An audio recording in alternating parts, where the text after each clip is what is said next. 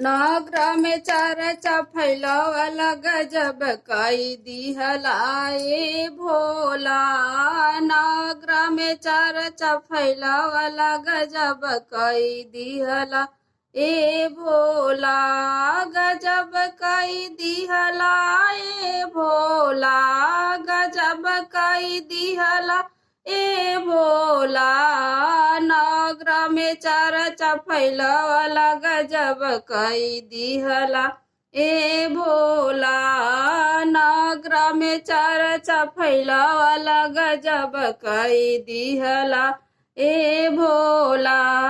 अंधा के आँख दियला कोढ़िन को काया।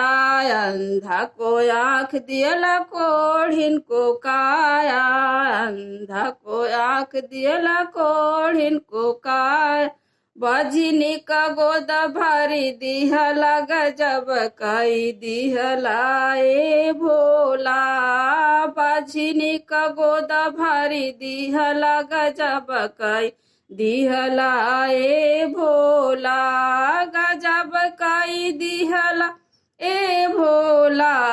गजब कई दिहला ए भोला। नगर में चर्चा फैलावला गजब कई दिहला ए भोला। नगर में चर्चा फैलावला गजब कई दिहला ए भोला। बालक के विद्या देला कन्या के घर बर। बालक के विद्या देला कन्या के घर बर। निराधन के माया दे दिहला गजब कई दिहला ए भोला। निराधन के माया दे दिहला गजब कई दिहला ए भोला। नगर में चर्चा फैलावला गजब कई दिहला ए भोला। नगर में चर्चा फैलावल गजब कई दिहला ए भोला। गजब कई दिहला ए भोला। गजब कई दिहला ए भोला। नगर में चर्चा फैलावला गजब कई दिहला ए भोला। नगर में चर्चा फैलावला गजब कई दिहला ए भोला। पहिला में दया मांगी दूसरा में चर्चा। पहिला में दया मांगी दूसरा में चर्चा।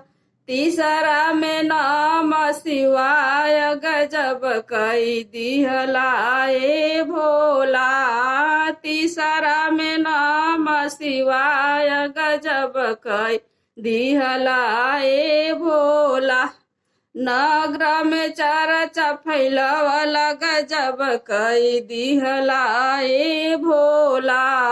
नगर में चर्चा फैलावला गजब कई दिहला ए भोला।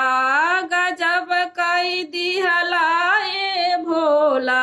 गजब कई दिहला ए भोला। नगर में चर्चा करवला गजब कई दिहला ए भोला। नगर में चर्चा फैलावला गजब कई दिहला ए भोला।